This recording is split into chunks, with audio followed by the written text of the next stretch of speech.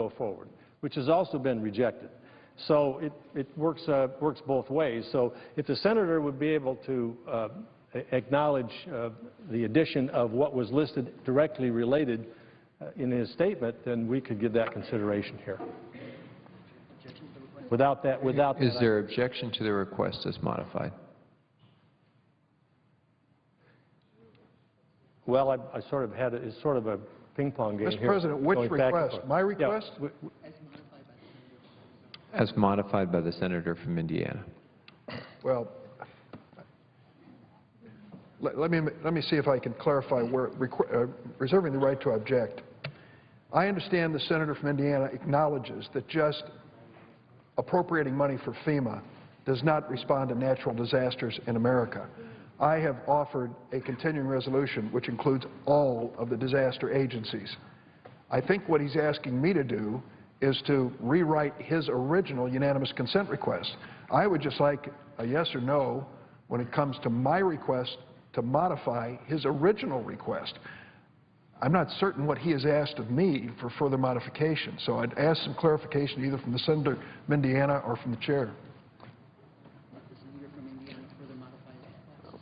Would the senator from Indiana further modify his request?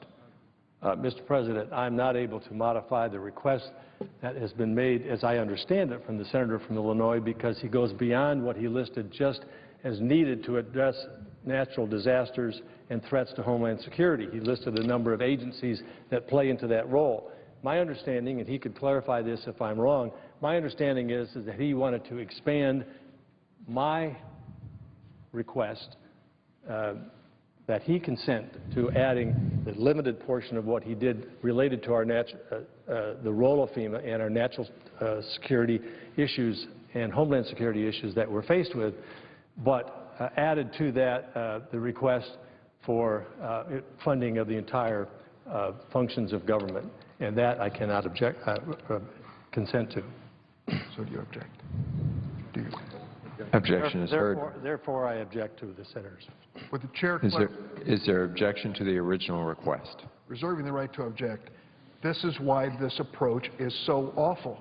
Coming to the floor with 11 requests for 11 agencies, we estimate that there are another 79 requests that need to be made for us to fund our government. Grow up, Senate. You can't do this one agency at a time. We'll be here in December doing agency by agency. What we're offering is a continuing resolution to fund the government, including all the disaster agencies. I object to the original request. Objection is heard.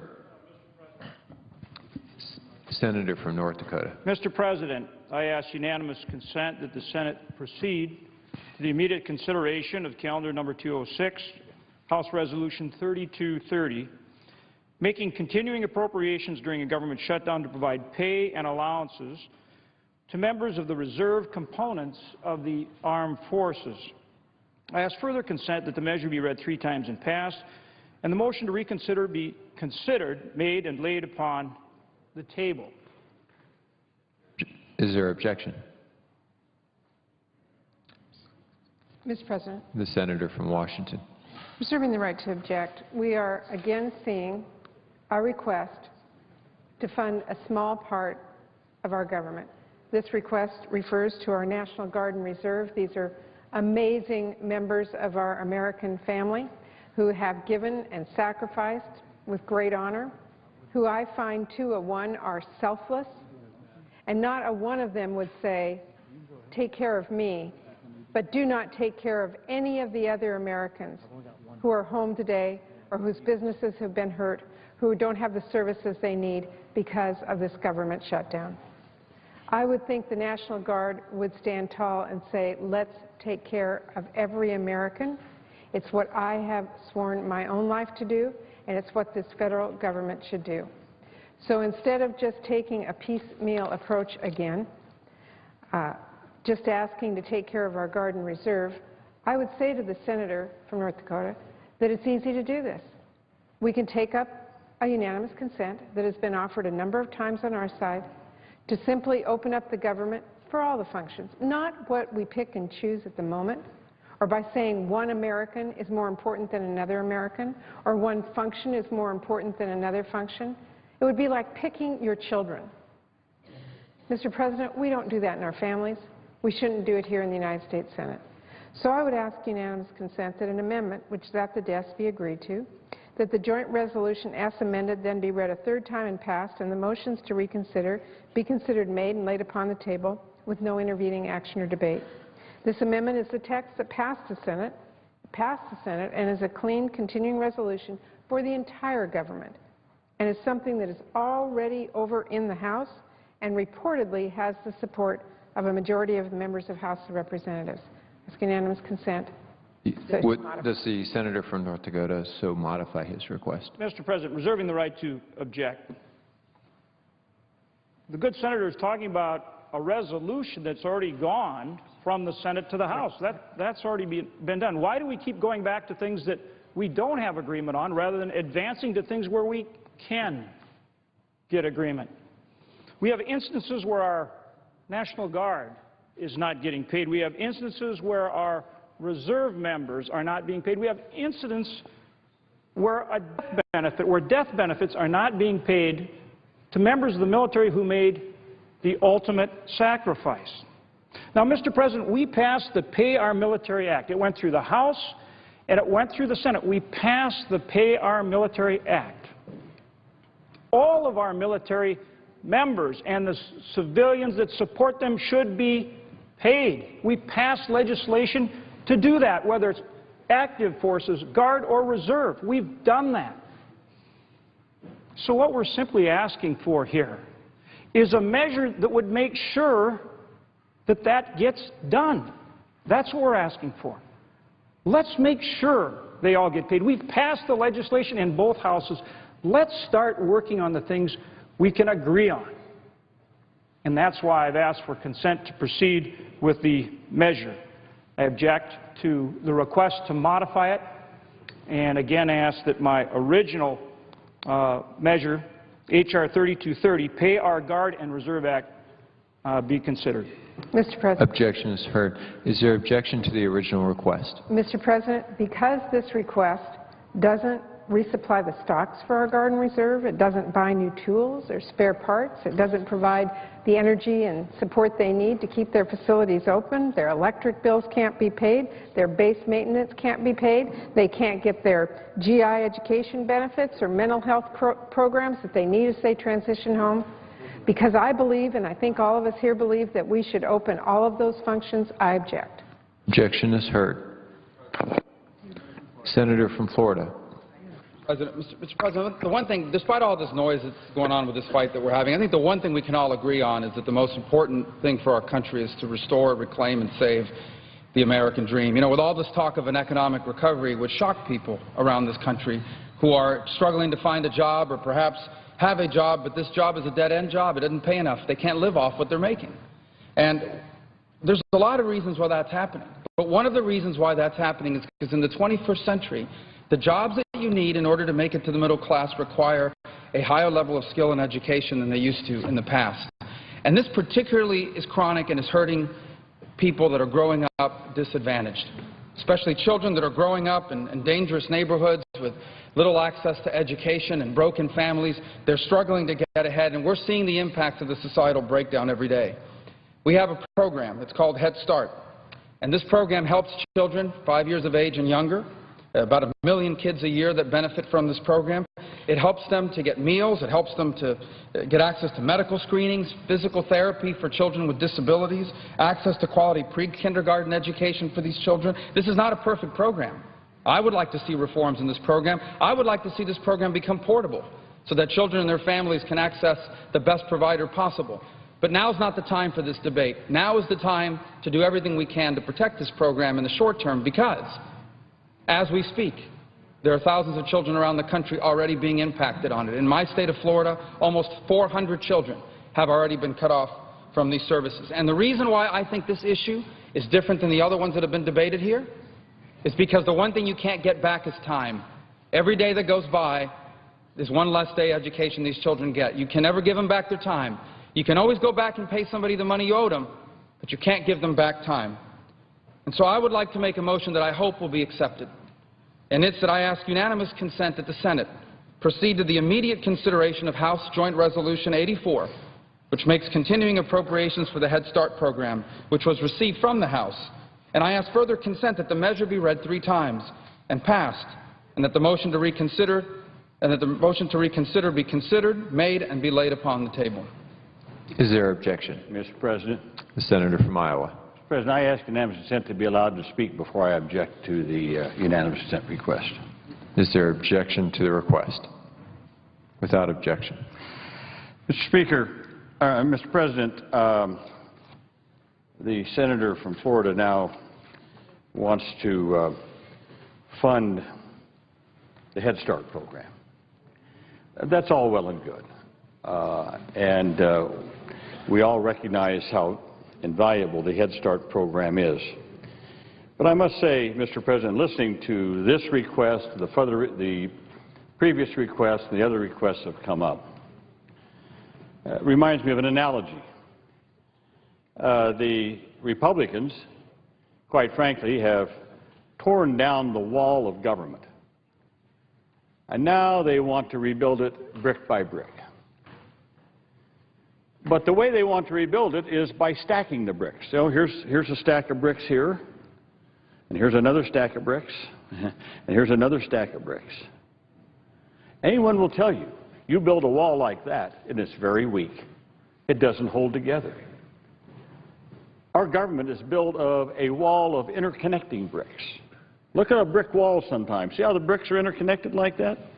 Because it provides for strength. They all rely upon one another. They're interconnected. They provide a bulwark. If you stack those bricks one after the other, you have a weak wall.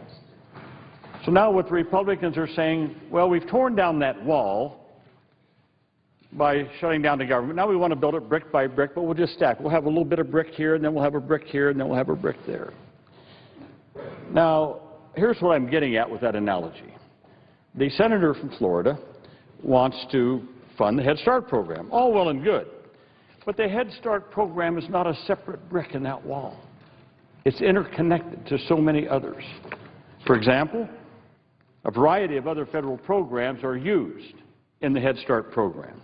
For example, states use the Child Care and Development Block Grant program. They use the Temporary Assistance for Needy Families, the TANF program. They use the Social Services Block Grant to provide wraparound services. In this way, for example, they can use some of those funds to extend the Head Start day from a half a day to a full day. They can extend it from a full day to later hours for parents that have different working hours and working conditions. So under a shutdown, we don't have these other programs. So you might have the Head Start program, but these other ones are all shut down too. Head Start providers use funding from the Child and Adult Care Food Program, funded under a whole different auspices of the government, but this food program comes in to provide healthy meals and nutrition services. I say to the senator from Florida, I visited a lot of Head Start centers, and they have nutritious food for these kids. That doesn't come under the Head Start program. That comes from the Child and Adult Care Food Program. That's also shut down right now.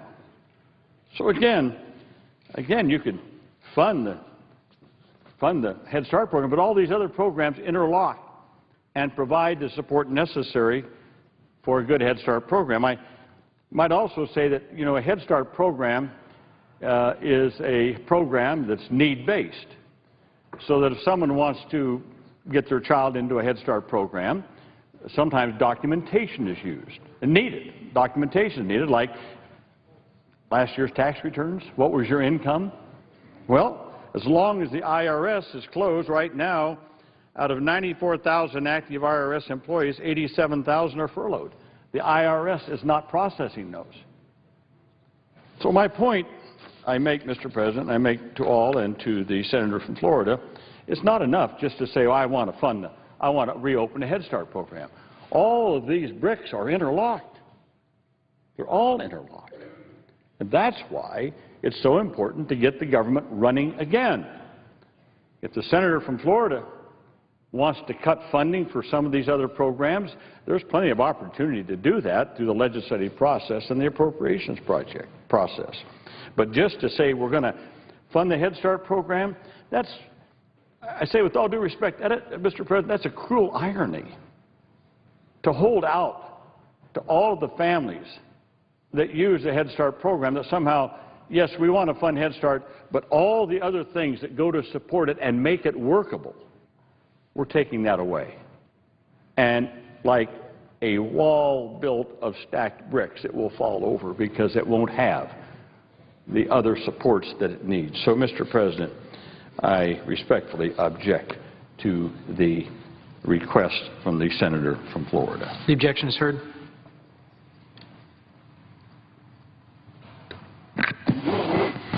Mr. President. Senator from Kentucky. Let's be very clear here today. Republicans have come to the floor to reopen government. We've offered request after request to reopen the government. We've offered to negotiate.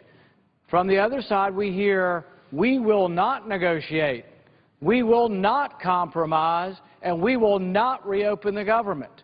We have offered 13 different compromises today to reopen the government. We are willing to open the government, and they say, oh, you must agree to everything or we will open nothing. We will not compromise, and we say to them, why don't we open the parts of government that we agreed to?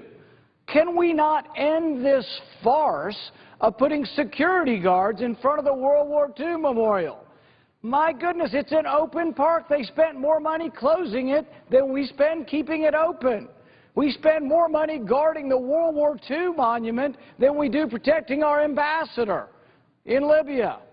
It's become a farce. 85% of your government is open. We've offered today to open another 10%.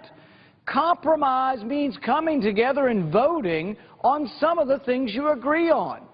Every program that we've wanted to open today, the national parks, NIH, Veterans Affairs, allowing funerals, for goodness sakes, for our military heroes who have died in action. They say, oh, we agreed to it, but we won't agree to it. So let's be very clear. Republicans have offered today very specific proposals for opening government. The Democrats have uniformly rejected every appeal to open government. So when one of our wounded heroes can't have a funeral, when one of our people cannot be buried in Arlington Cemetery, when a World War II veteran goes to the monument and is barricaded and kept from viewing the monument to celebrate their service, be very clear that Republicans have asked to open the government and the Democrats have rejected opening at every point. In fact, they're very, very explicit with their strategy. We will not negotiate, they say. The President says he will not negotiate under pressure. My question is, when will he negotiate? We've had one good thing happen for the American taxpayer in the last 5 years. The bad thing is $7 trillion have been added to your tab, to your kids and your grandkids' tab. One good thing happened, and it happened under duress, and it happened with regard to the debt ceiling. The sequester actually cut the rate of growth of spending. Didn't cut spending, but it's cutting the rate of growth of spending. The sequester happened under duress. The other side loves debt, loves spending, doesn't care how much your kids or grandkids will have. They don't care. They have rejected every compromise. What we are saying is $7 trillion of debt under President Obama is too much. The country is struggling. Economists say 1 million people are out of work because of the economy and because of the debt and because of the burden. And what do they want to do? Heap more debt on your kids and your grandkids. I say enough's enough. Let's reopen government. Republicans today have said we will open government. Let's open the parts we can agree to. So I ask, Mr. President, unanimous consent that the Senate proceed to consideration of calendar number 207 for House Joint Resolution 70 to open the national parks, to make continuing appropriations for the year 2014, that the measure be read 3 times and passed, and the motion to consider be to reconsider be considered made and laid upon the table. Is there objection? Mr. President, reserving the right to object, it was my understanding that the the senator from Kentucky was going to make a request relative to the Veterans Administration. The request relative to the national parks had been made earlier today. Is the request for the National Park Service? Yes, and I can go on. No, I wanted it to be very clear that you are objecting to funding the national parks. So when people go to the national parks, they know they can call your office, okay? Because we want to open the national parks, and we want to make it very clear that your side is objecting to funding the national parks. Reserving the right to object. The senator from Illinois. Reserving the right to object, I would like to clarify a few points relative to statements just made by the junior senator from Kentucky. The first statement, the Democrats will not negotiate. Well, let me remind the senator from Kentucky, and I'm sure he's not forgotten this, the spending level for the continuing resolution is the Republican spending level, which we agreed to in negotiation, $988 billion on an annual basis. It's the law. Do I have the floor, Mr. President? The senator from Illinois has the floor. It's the figure that the Republicans placed as part of the negotiations which the majority leader agreed to. That was a negotiation which led to that number which Speaker Boehner agreed to. Secondly, this argument by the senator from Kentucky that the Republicans are here today to open the government, let me at least remind the senator from Kentucky that it's their failure to pass the continuing resolution by the Republican majority in the House that has closed the government for 9 straight days. We passed the continuing resolution to keep the government open at Republican spending levels. The House has refused. This is a Republican shutdown. Point number 3. Senator, yield for a question. Well, let me finish my statement, please. Okay. I have reserved the right to object, and I have the floor. He has the floor, but you can speak until regular. I'm sorry. I stand corrected. The senator from Kentucky has the floor, but I can stand and speak reserving the right to object to his unanimous consent request. Is that correct? The right is at the sufferance of the senator who has the floor. I will suffer longer. I thank the senator from Kentucky because I went through a period of suffering just moments ago. And the point I would like to make to the senator from Kentucky about the national parks is one that I hope he will understand. We want to open the entire government, including the national parks and other lands, recreation facilities that are owned by the federal government beyond the national parks. When it comes to the World War II memorial that the senator made reference to, I was just there. We had a group of honored veterans from World War II, came from Illinois last week, and I met them, and they had access to the World War II memorial. The reason there was any restriction was because the Republican shutdown took the employees away, which made it impossible for them to man their post. So here's my offer to the senator from Kentucky. It's not new, but it really tells the story. Do the Republicans really want to open the government? Here's your chance. I ask consent that your request be modified as follows: that an amendment which is at the desk be agreed to, that the joint resolution as amended be read a 3rd time and passed, motions to reconsider be considered, made, and laid upon the table with no intervening action or debate. This amendment is the text that has passed the Senate. It is a clean, continuing, no-strings-attached resolution for the entire government, including the national parks and many other important things. It's something that's already over in the House, could be called in a matter of minutes and passed by a bipartisan majority in the House. Reserving the right to object, Mr. President. Reserving the right to object. The senator from Kentucky. I'm not opposed to a clean CR. If we want to have a clean CR at a level in which we can balance the budget, I'm for it. I'm all for it. If you would accept a modification of a top-line number of $940 billion to replace $988 where appropriate throughout the continuing resolution, I can support your unanimous consent for a continuing resolution to go back over the House. Does the senator object to my modification? I'm offering a new modification to your modification and asking unanimous consent that you accept as a new top-line number where 988 appears and that $988 billion appears throughout the continuing resolution, that if your objective is to have a clean CR, let's have a clean CR. I'm happy to do it, but we need to do it and restrain the growth of spending in our government because your party's added so much that our country's drowning in a sea of debt. If you'll agree to a top-line number of $940 billion to replace $988 billion throughout the continuing resolution where appropriate, I would agree to your consent. The senator from Illinois so modify his modification. Reserving the right to object, holding the floor at the sufferance of the young junior senator from Kentucky. I'd like to ask him to respond to a question without yielding the floor. Sure. Would the senator tell us when was the last time that our federal government had a surplus in the budget, and who was the president at that time? Could I ask for a germane question? Well, we might want to. Part of the question was it was divided government, and part of the answer. And the interesting thing about divided government is divided government can work better, and more conversation. I think we could get beyond this impasse, and I think if we would negotiate. And here is the problem. I know now there are some in your party saying you will negotiate, but the president said at least 20, maybe 30, maybe 40 times on national television he will not negotiate till he gets his way. And that's still essentially what you guys are saying. You'll negotiate only after you get your way. Come and talk to us after we get our way. Problem is, we think that you won't negotiate unless there is a deadline. Because the thing is when you finally did negotiate, and here's my question for the senator from Illinois through the president is, did you vote for the sequester?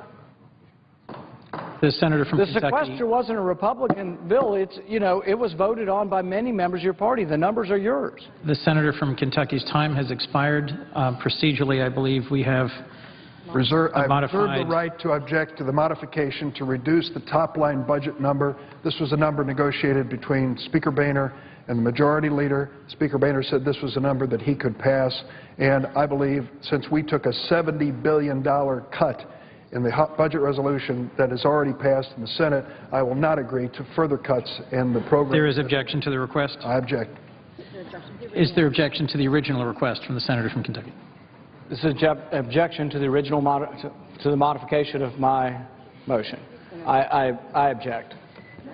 Objection is heard. I believe that what's pending is the original unanimous consent request. Is there objection to the original unanimous consent request? For the record, the last time we had a surplus was under a Democratic president named William Jefferson Clinton, and I object. Objection is heard. Mr. President, The senator from Washington. what is the order? The senator from Washington is recognized. Mr. President, I yield 1 minute of my time to the senator from California. The senator from California. Mr. President, while the junior senator from Kentucky is on the floor, I want to make sure the American people know the answer to the question that my friend from Illinois asked him. Who was president the last time there was not only a balanced budget but a surplus? The answer is Bill Clinton. And I was here when we had that vote, and so I think was the senator from Illinois. We did not get one Republican to join us in that budget that actually worked so well that we had a surplus until the Republicans put a huge tax cut for billionaires on the credit card and 2 wars. So let's be clear here what this is about. We have to open up the government, we have to pay our bills, and then let the good senator from Washington go negotiate with Congressman Ryan, the chairman of the Budget Committee, and yes, we can see our way to a balanced budget, but let's not play these games of government by piecemeal spending. I yield the floor. Mr. President. The senator from Washington. Mr. President, as we now know, the government has been closed for business for more than a week. Across the country, newspapers are now filled with stories about how the shutdown is costing us jobs and slashing paychecks and interfering with everything from Head Start to VA claims. This shutdown has already caused American workers and families a lot of pain, and its impacts are only going to get worse. That's why what we heard this weekend from Speaker Boehner was so frustrating. Speaker Boehner said, and I quote, "The American people expect in Washington, when we have a crisis like this, that the leaders will sit down and have a conversation."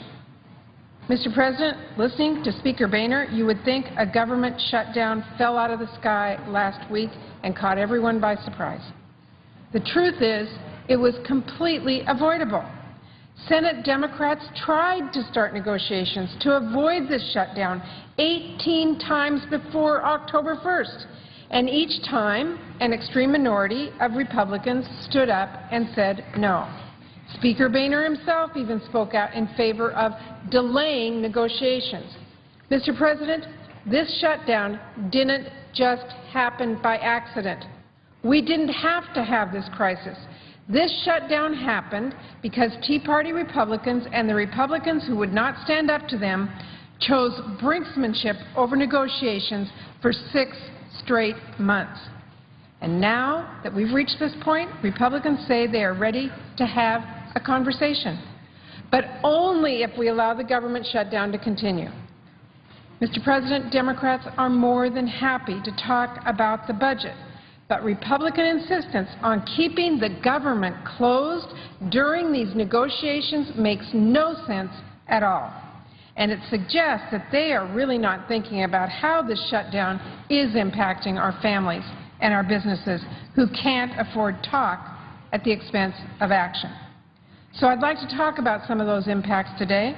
At a time when we should be focused on creating jobs and growing our economy, this shutdown is hurting workers and businesses and our recovery. From the sandwich shops that rely on federal employees who come by for lunch every day, to construction companies that can't get contracts because of the economic uncertainty, to major corporations like Boeing that are considering furloughs. It's clear the shutdown is putting both public and private sector jobs at risk. And because federal workers at agencies like the IRS and Social Security Administration are out of work, thousands of potential home buyers will be unable to get their mortgages approved, which could damage our housing recovery that has boosted our economy. Mr. President, our nation's veterans deserve our gratitude and our respect and all the support we can offer. But this shutdown is creating uncertainty for these men and women who have heroically served our country. Veterans make up nearly 30% of the federal workforce, 30%, and they're feeling the effects of furloughs. The shutdown has worsened the backlog on disability claims at the Department of Veterans Affairs, and veterans across the country are now watching and waiting for an end to this shutdown because if it goes long enough, their benefits could be threatened. Nearly 640,000 veterans in my home state of Washington alone are at risk of losing their VA benefits if this shutdown extends past October. It shouldn't have to be said, but they deserve much better. So do the struggling families who are now wondering how much longer they will be able to put food on their table. This shutdown will stop funding for the Special Supplemental Nutrition Program for Women, Infants, and Children, known as SWIC, which helps more than 8.9 million struggling moms and young children get healthy food. Many of our states are now scrambling to find money to keep those WIC operations going, but the USDA now estimates that most will only be able to continue as usual until the end of October before their funding runs out. Other struggling parents are wondering where they will send their children while they're at work. More than 7,000 children and their families have lost access to Head Start due just to this shutdown. And by the way, that is on top of the 57,000 slots that result as a result of the sequestration that has impacted so many. So, Mr. President, as much as Republicans may not want to acknowledge it, the effects of this shutdown are far-reaching and severe. And should this government stay closed, it will only get harder for agencies to continue providing services that are so crucial to our families and communities. So when Speaker Boehner says the American people expect their leaders to sit down and have a conversation, well, you know what? That's what I've been saying for the last 6 months. But what I won't accept, and what I strongly believe the American people won't accept, is starting a conversation while we are in this shutdown, which is hurting our economy and some of our most vulnerable children and families does even more damage. Now isn't the time to talk about avoiding a shutdown. It's the time to actually do it. Speaker Boehner has said there aren't votes in the House to pass a clean continuing resolution that will simply keep our government open. If that's the case, I'd like him to prove it. Speaker Boehner should bring up the Senate's clean continuing resolution and allow Democrats and Republicans to vote on it. And then he should join Democrats in preventing a default without delay and without strings attached. Because I want to be very clear, Mr. President, a default on U.S. debts would be unprecedented and devastating. I held a hearing a few weeks ago in our Senate Budget Committee to talk about the impact of brinksmanship and uncertainty on our economy. And the economists who joined us warned us that for families in my home state of Washington and across the country, default would mean mortgage rates and student loan costs would rise, making it harder to achieve home ownership or even afford tuition. That home prices and stock prices would fall, and businesses of all sizes would have trouble financing their activities, which would of course lead to layoffs and surging unemployment. Mr. President, I am not going to let the Tea Party cause Washington state families that kind of hardship.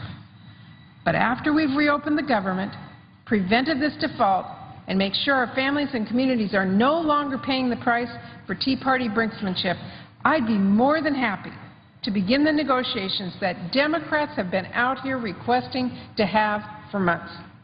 And it's clear every day that there is bipartisan support for those responsible steps.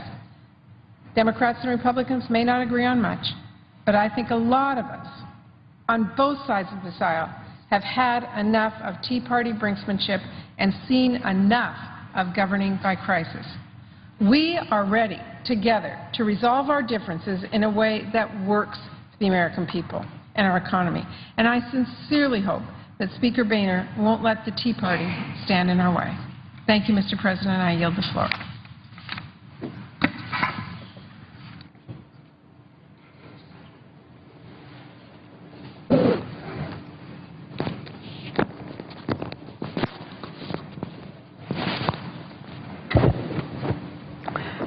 Mr. President. The senator from Massachusetts.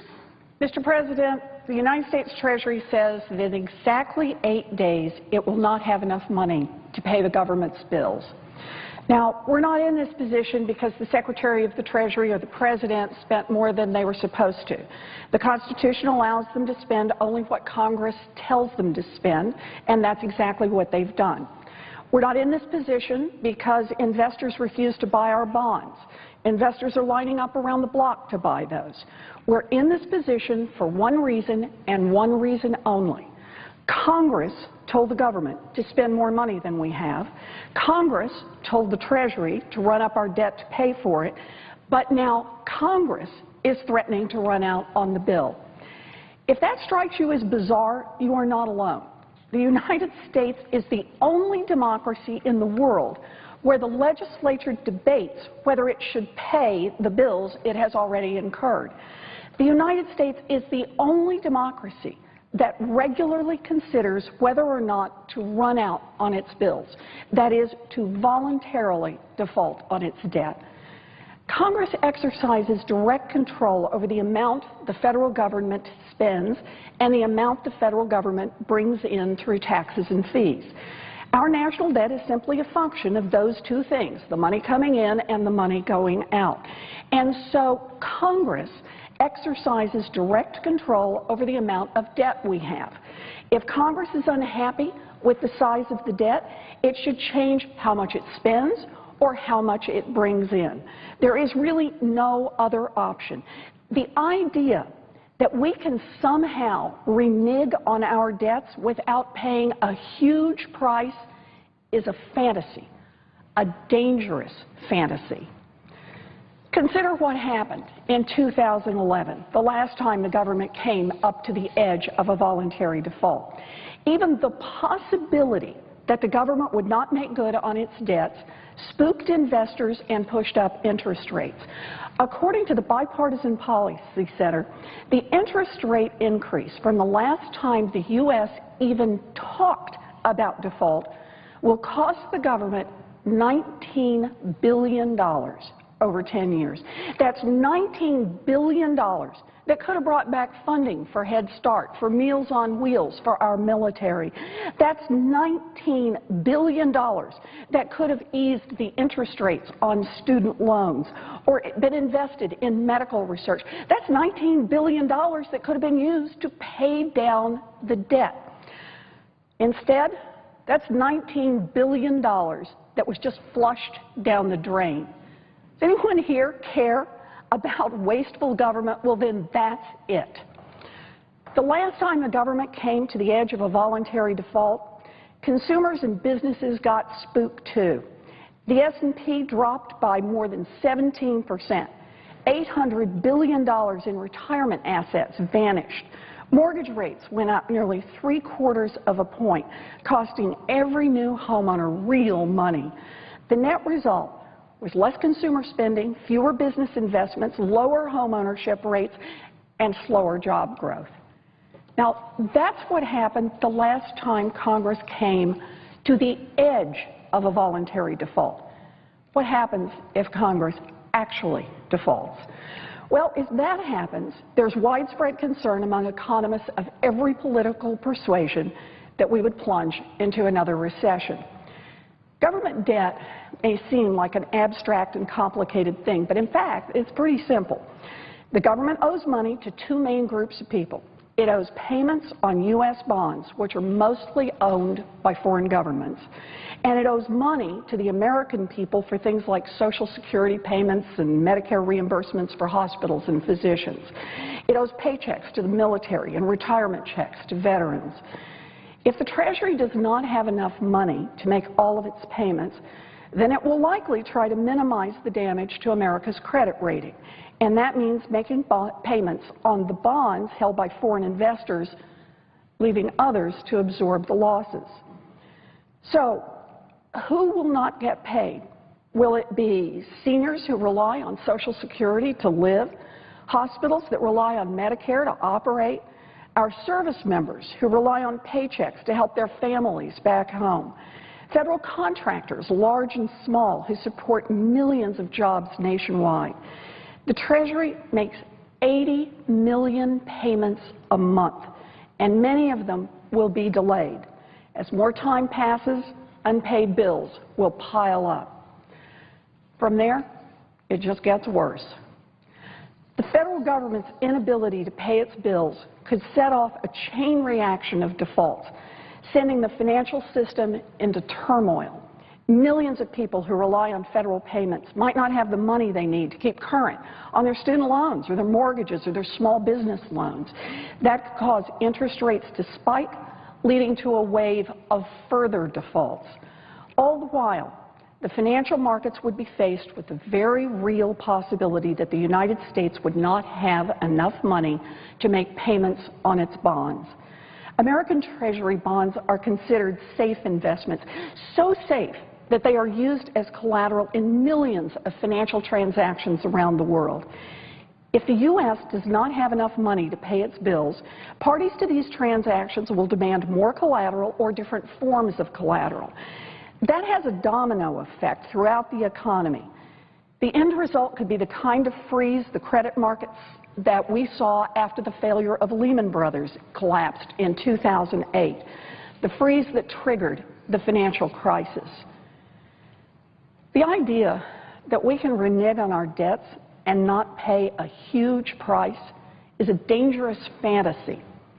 I've heard some extremists in Congress argue that even if the United States runs out of money to pay all its bills, it won't be so bad because the Treasury will be able to keep current on its bond payments and avoid a technical default. Boy, that's a heck of a best-case scenario.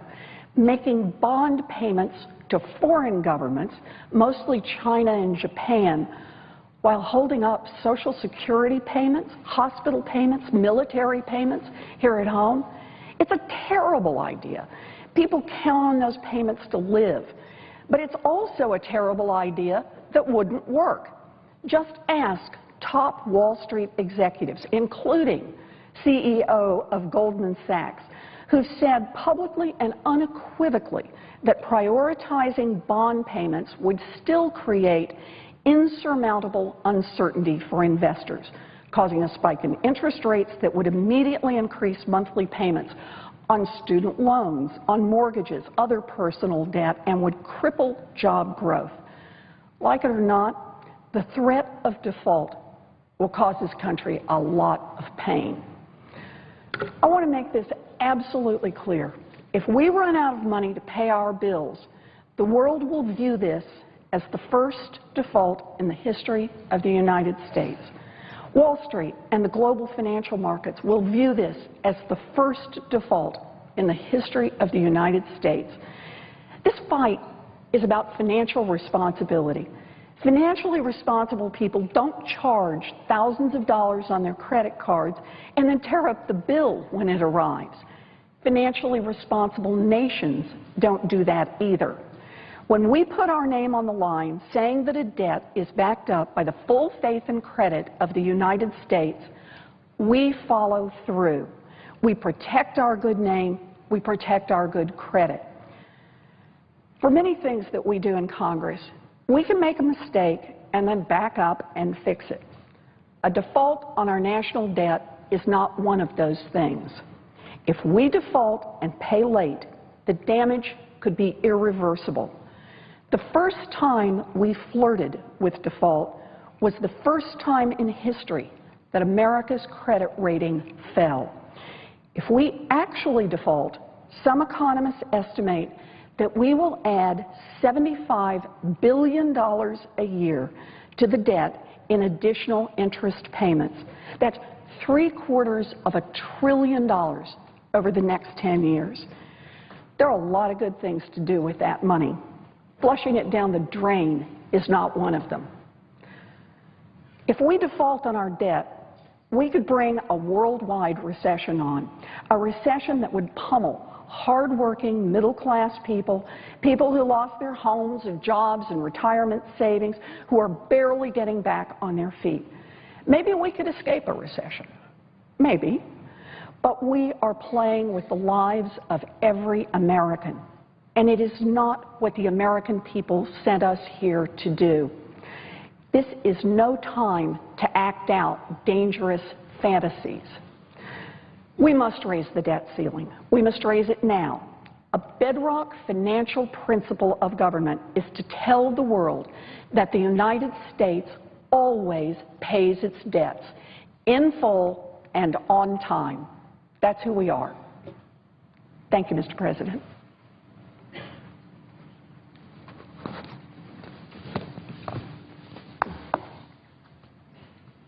Mr. President. The Senator from Maryland. Mr. President, I join my colleagues in taking the floor to stress the urgency of action. I agree with my colleague from Massachusetts in her comments about the devastating impact that the failure to pay our bills would have on our economy, on our nation's reputation, and on the worldwide economy. That would make absolutely no sense at all and would put our nation at great risk. So I thank her for taking the time to explain the specific consequences if we were to allow the United States Treasury to be put in a position where it couldn't honor all of the obligations that have already been incurred. This is not about increasing spending. This is about paying the bills that we've already incurred, whether it's those who hold our bonds or those who are entitled to an employment check or those who are a payroll check or those who are entitled to a contractor's check.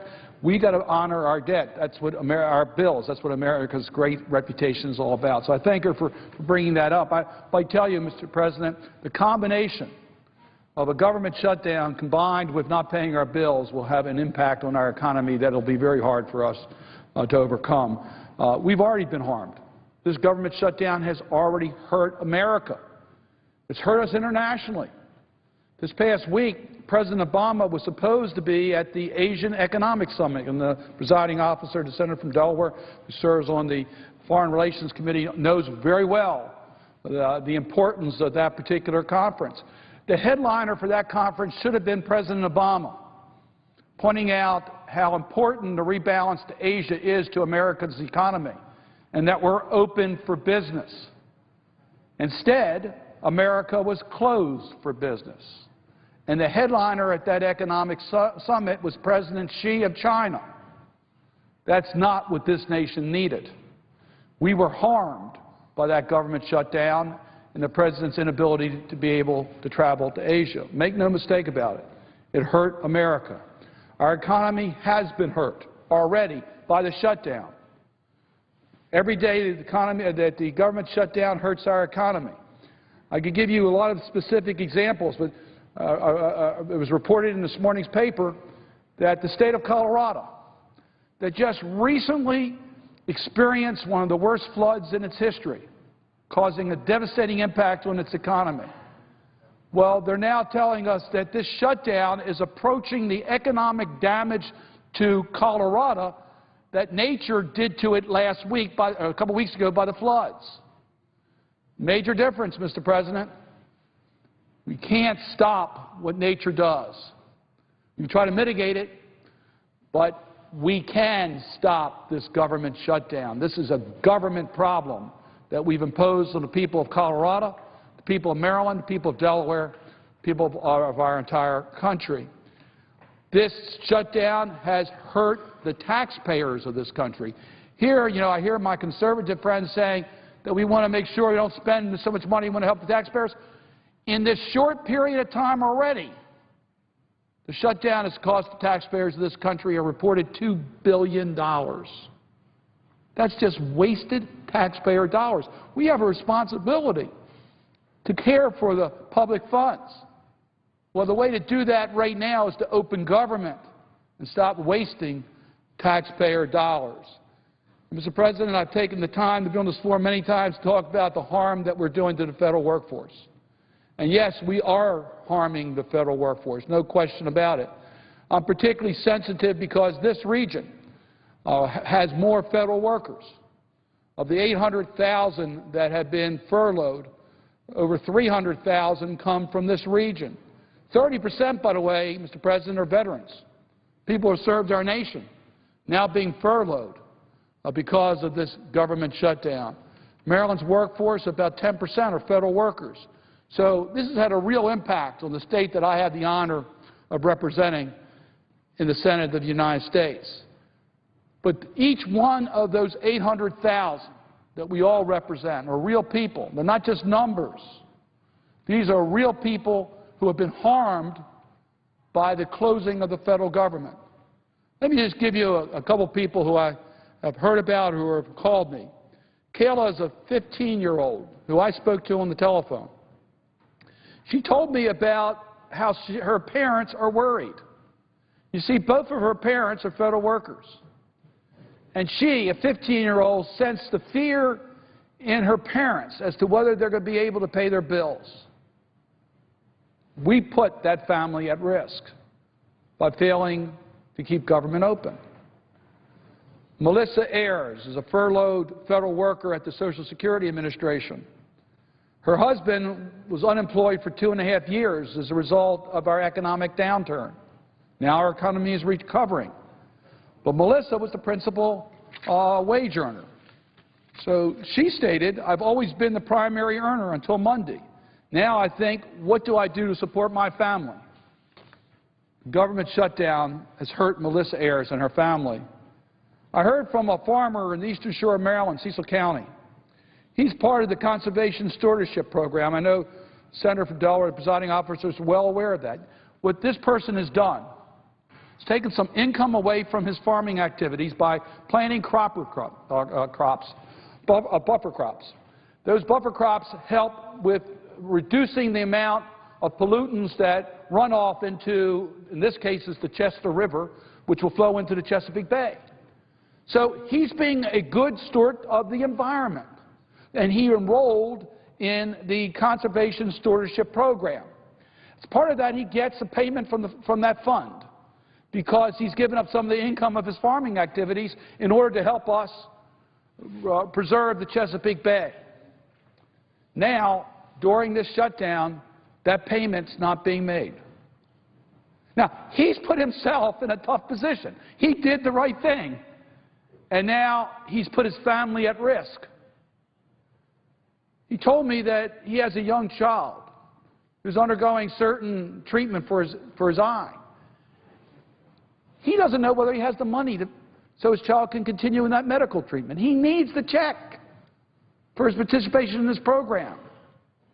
This government shutdown has had real impact on real people. Johnny Zeiger, who works at the Census Bureau, I should say used to work at the Census Bureau, he's been furloughed. Of the 5,000 employees at the Census Bureau, less than 40 are currently working. 40 out of 5,000. Now, his budget that he has for his family is based upon his paycheck. And if he doesn't get his full paycheck, he can't pay his bills. So his question is, which bills should he pay and not pay? That's what we're putting people in as a result of this government shutdown. Marcelo Del Canto was here earlier this week. He works in helping against substance abuse. He's been a federal worker for 8 years. Now, he's in the unenviable position that both he and his wife work for the federal government and both are being furloughed. Both are being furloughed. He's a Marylander, just recently bought a home in Maryland. Now, he has a mortgage. Now, if he doesn't get a paycheck, how does he pay his mortgage? The mortgage company's not going to say, oh, government shut down, you don't have to pay your mortgage payments. Real impact on real families in my state of Maryland and in every state in this nation. And then there's agencies that just can't do their work. That's going to hurt our country. The Environmental Protection Agency currently has 93% of its workforce on furlough. Now, that means that we're at a risk on our public health. Clean air, clean water, our environment's at risk, Chesapeake Bay's at greater risk, because the people that are out there doing the monitoring, doing the enforcement are not there. Scientists aren't doing what they need to be doing in order to help us deal with public health and to deal with our environment. But let me tell you, it's also directly hurting our economy. For in Baltimore, one of our most important economic development sites, Harbor Point in downtown Baltimore, which is being developed, is a RCRA site, which requires the approval of the Environmental Protection Agency in order to move forward with the economic development plan. Well, the people who would do that approval process are on furlough. That project is now on hold, and the economic development that would help Baltimore and help our state economy is now on hold. Shutdown's having real effect on real people. The National Institute of Standards and Technology, NIST, which is located in the state of Maryland, they do work that's so important for innovation, for science and technology. They do work that help us have a competitive edge internationally. 91% of their workforce is on furlough. How do we expect to be competitive?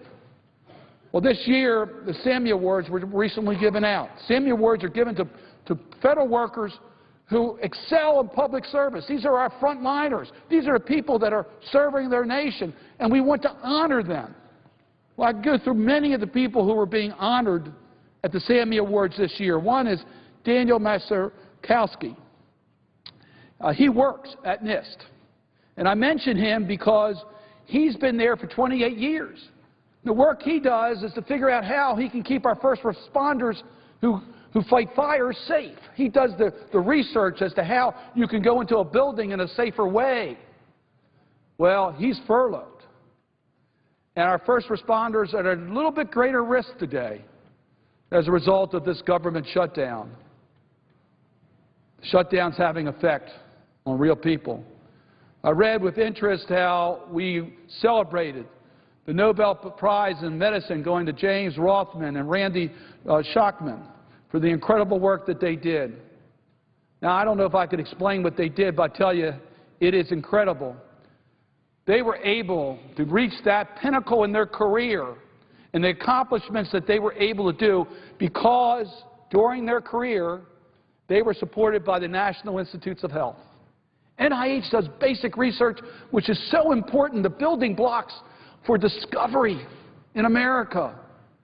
It provides incentives for young people to go into science and to go into research. Now, will we have the next group of Nobel laureates? Well, today it's less certain than it was a week ago. NIH cannot support those types of research grants today. Their people are on furlough. America is not open for business. Real people are being hurt by what is happening. It's not just in government employment. I could talk about private sector employment. Just reported today that Lockheed will be laying off 400 Maryland workers as a result of the shutdown. I could give you many, many more examples of companies that are laying off, private companies that are laying off people as a result of this shutdown. The bottom line, Mr. President, is this.